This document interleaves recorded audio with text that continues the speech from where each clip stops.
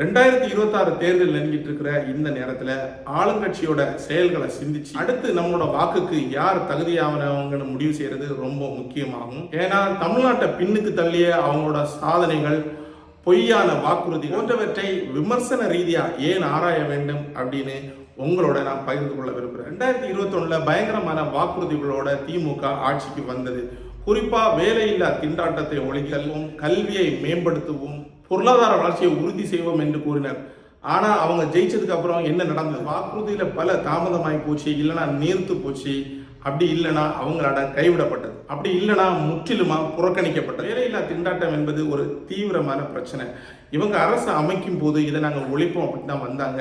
ஆனால் இன்னைக்கும் தமிழ்நாட்டில் பல லட்சம் இளைஞர்கள் வேலை இல்லாமல் திண்டாடிட்டு இருக்காங்க. பல நலத்திட்டங்கள் இல்லைன்னா உள்கட்டமைப்பு திட்டங்கள் மோசமாக தான் செயல்படுத்தப்பட்டிருக்கு, அப்படி இல்லைன்னா அது டோட்டலாக கைவிட்டப்படும். திமுகவின் மிகப்பெரிய தந்திரங்களில் ஒன்று தான் ஜனரஞ்சகமான திட்டங்களை அறிவிக்கிறது. உதாரணமாக இலவசங்களை வழங்குறது, அப்படி இல்லைன்னா போதுமான நிதி ஒதுக்கீடு, அப்படி இல்லைன்னா திட்டமிடல் இல்லாமல் பல திட்டங்களை வெளிப்படுத்துங்கள். தற்காலிகமாக வேணால் நமக்கு நிவாரணத்தை தர முடியும், ஆனால் ஒரு நிரந்தர தீர்வை தர முடியாது. பெட்ரோல் டீசல் விலையை குறைக்கிறது, அதுக்கப்புறம் நீட் தேர்வை ஒழிக்கிறது, இப்படிப்பட்ட விஷயங்களை பேசி நியூஸ் பேப்பரில் ஹெட்லைன்ல எல்லாம் நியூஸ் போட்டாங்க. பயங்கர பிரம்மாண்டமாக எல்லாமே பண்ணிட்டு இருந்தாங்க. ஆனால் இதெல்லாம் வெறும் வாய்ச்சவுடால தான் இருக்கே தவிர செயலில் எதுவுமே இல்லை.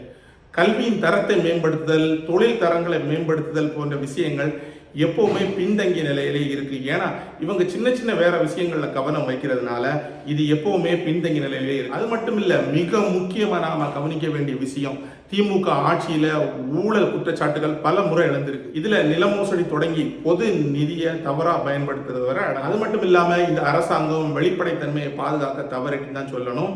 இதுக்கு மேல சொல்லணும் அப்படின்னா கல்வி, மருத்துவமனை, இதுக்கெல்லாம் செலவிடுற பணம் பெரும்பாலும் ஏதாவது ஒரு பெரும் முதலைக்கு கையில தான் போய் சேரும். கல்வி, சுகாதாரம், உள்கட்டமைப்பு போன்ற முக்கிய பிரச்சனைகளுக்கு தீர்வு காண்பதற்கு பதிலாக திமுக அரசு அடிக்கடி பிரித்தாளும் பேச்சுகளிலும் பிரிவினவாத அரசியலிலுமே அதிகம் கவனம் செலுத்தும். ஒற்றுமை மற்றும் சமூக நல்லிணக்கத்தை புறக்கணித்து ஓட்டுக்காக மக்களை பிரிவுபடுத்த ஜாதி மதத்தை பயன்படுத்தி தமிழ்நாட்டில் நடக்கும் ஒவ்வொரு பிரச்சனைக்கும் மத்திய அரசின் மீது பழி போடுவது இவர்களின் பொறுப்பற்ற தனத்தையே காட்டுகிறது. ஆளுங்கட்சியோட நிலைமை இப்படி இருக்கிற பட்சத்துல நாம எப்படிப்பட்டவரை தேர்ந்தெடுக்கணும், நமக்கு எப்படிப்பட்ட தமிழகத்தை உருவாக்கணும் அப்படிங்கிறத அடுத்தது. வாக்குறுதிகளை நிறைவேற்றும் தலைவர் வேண்டும். வெற்று வார்த்தைகளால் அல்லாமல் உண்மையான வளர்ச்சியில் கவனம் செலுத்தும் தலைவர் வேண்டும். நிலையான வேலைகளை உருவாக்கி கல்வியை மேம்படுத்தி இளைஞர்களின் எதிர்காலத்தை உறுதி செய்ய வேண்டும். பொது பணம் பொது நலனுக்கு பயன்படும் ஊழலற்ற தூய நிர்வாகம் அமைய வேண்டும். திமுக நம்முடைய எதிர்பார்ப்புகளை நிறைவேற்றிச்சா அப்படிங்கிற கேள்வி வார நேரம் தான்.